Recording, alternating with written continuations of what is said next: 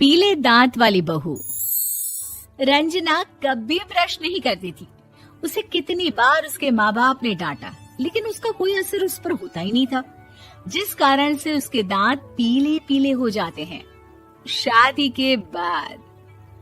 अरे बहू, वैसे तो तुझ में कोई कमी नहीं है, पर तेरे दांत इतने पीले कैसे हैं बेटा?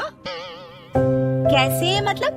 कुछ सर्जरी थोड़ी ना कराइए। वो तो क्या नाम, मैं ब्रश नहीं करती थी तो पीले हो गए। अब क्या करूं?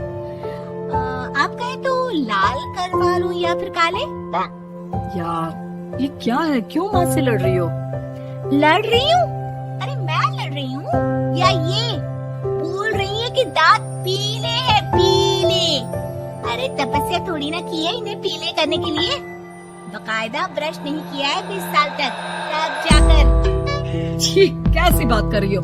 ये उस वक्त तो पीले नहीं थे जब हम लोग तुम्हें देखने आए थे। अरे तब साफ करवा लिया होगा डेंटिस्ट के पास जाकर। अब देखो कैसे पीले पीले लग रहे हैं। रंजना सास की तरफ गुस्से से देखती है। फिर शुरू हो गई पीले पीले पीले। अरे पीले तो तब भी थे जब मेरे हाथ का रसगुल्ला उड़ा उड़ा कर खा रही थी और बोल रही थी, लड़की नहीं गुणों का खजाना दे रहे भाई साहब आप। अब वो लोग करते भी तो क्या करते, पीले दांत वाली बहू पल्ले पड़ी थी तो झेलना तो था ही। एक दिन कीर्तन में रंजना गाना गा रही थी। अरे कमला बहन, माँ का द्वार है, यहाँ तो सब शुद्ध होकर आते हैं, फिर अपनी बहू को ब्रश भी नहीं करवाती तुम। दूर से पीले पीले दांत भक्ति में बाधा उत्पन्न कर रहे हैं। और कोई 2 साल के बच्चे थोड़ी ना लेकर आई हूँ मैं बहू बनाकर। अच्छी खासी लड़की है, ये कैसे करवाऊं ब्रश? ये तो उसे खुद करना चाहिए ना। अब माँ बाप तो इसके जैसे तैसे निपटा दिए, ये नहीं सोचा कि सास कैसे संभालेगी। सास बहू को लेकर घर आ जाती है, लेकिन सोच लेती है कि अब इसे लेकर कहीं नहीं जाएगी। अगले रोज बहू कहती है, अरे क्या हो गया, मंदिर नहीं जाना क्या? कीर्तन का वक्त हो रहा है। मेरी मधुर वाणी से कान्हा जी जागते हैं और सोते हैं। आप तो जानती है ना उनकी भक्ति में कितना मन लगता है मेरा। वो क्या है ना, तबीयत ठीक नहीं लग रही है मेरी, आराम करूंगी मैं। तबीयत ठीक नहीं लग रही? अभी तो मिथुन के गाने पर नाच रही थी आप, और अब बोल रही है कि तबीयत ठीक नहीं लग रही। अरे भक्ति में मन लगा लो सासू माँ, ऊपर जाना है, क्या मुंह दिखाओगी आप? हाँ? सास को बहू की बात पर गुस्सा आ जाता है। मैं क्या मुंह दिखाऊंगी, इसकी चिंता तो ना कर, समझी? अपने मुंह की चिंता कर, जो ये पीले पीले दांत लेकर हर जगह पहुंच जाती है। पता है लोग कितना मजाक बनाते हैं। ना जी ना, मैं नहीं जाना कहीं तेरे साथ। तो ये बात है। कोई ना, मत जाओ, मैं अपने कमरे में ही बैठकर भक्ति कर लूंगी। ऊपर वाला दांत थोड़ी ना देखता है, मन देखता है, भावना देखता है। और अरे बस बस, तू सब कुछ दिखा, बस ये सफेद चमकदार दांत ना दिखाना किसी को, है? जा यहाँ से। बहू को सास की बात का कोई फर्क नहीं पड़ता। वो तो जैसी थी वैसी ही रह जाती है। सुबह नहाकर किचन में खाना बनाना, फिर खाना खाना, कीर्तन भजन करना और सो जाना। एक दिन, माँ जी मैं सहेली के घर जा रही हूँ, शाम को लेट आऊंगी। हाँ हाँ तो जाना, मैंने कौन सा तेरी आरती करनी है घर पर बैठकर। रंजना सहेली के घर जाती है, जहाँ वो पार्टी में जाने की तैयारी कर रही होती है। अरे शिखा, कहाँ जाने की तैयारी कर रही है? मैं गलत वक्त पर आ गई क्या? अरे नहीं यार, उल्टा सही वक्त पर आई है। मैंने ये साड़ी और ज्वेलरी निकाली है यार, शाम को इनके ऑफिस की एक पार्टी में जाना है। बताना कैसा लग रहा है ये सब? नहीं यार, इस ड्रेस के साथ तो वो वाली ज्वेलरी अच्छी लगेगी। हाँ हाँ सही बोल रही है, मैंने ध्यान ही नहीं दिया।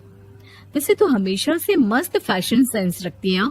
तो बड़ा जाती होगी ना पति के साथ पार्टी में। रंजना कुछ नहीं बोलती, बस सोचती है कि यार काश ये बात सही हो जाती, पर मैं क्यों नहीं जाती पार्टी में? क्या इन लोगों की कोई पार्टी होती नहीं होगी? रंजना घर आती है और रात में पति से सवाल करती है, एक बात बताइए, आप मुझे किसी पार्टी में क्यों नहीं ले जाते? क्या आपकी यहाँ ऑफिस में पार्टी नहीं होती? पति बेचारा क्या कहता कि दांत पीले हैं तुम्हारे इसलिए।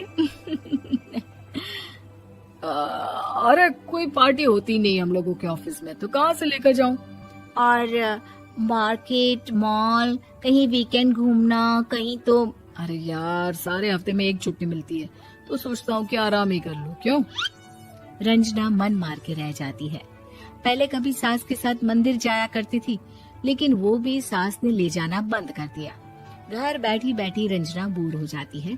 तभी उसे आइडिया आता है और वो मायके जाने का सोचती है। सासू माँ, 2 दिनों के लिए मम्मी के घर जा रही हूँ। अच्छा ठीक है, आराम से जा।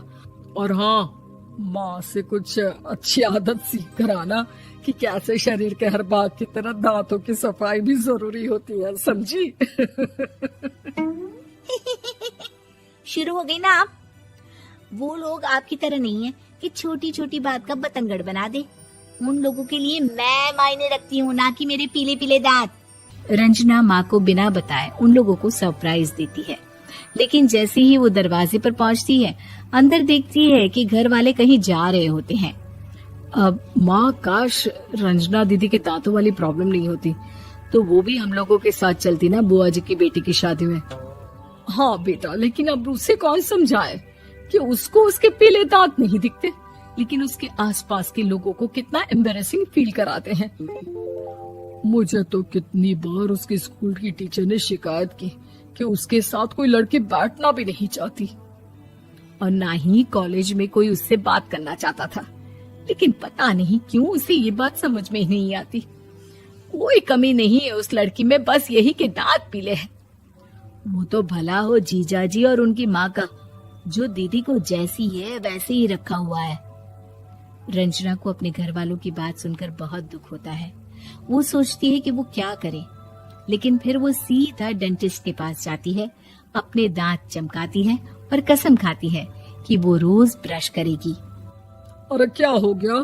तुम तो 2 दिनों के लिए गई थी ना, पर कोई ना, अच्छा है, चलो आ गई तो। रंजना सास के सामने आकर खड़ी हो जाती है और पूरी स्माइल करती है, उसके चमकदार दांतों को दिखाती हुई। है? चले मंदिर। माँ, मुझे माफ कर दीजिए, मैंने आप लोगों को बहुत एम्बैरेसिंग फील करवाया। मैं आज से रोज ब्रश करूंगी।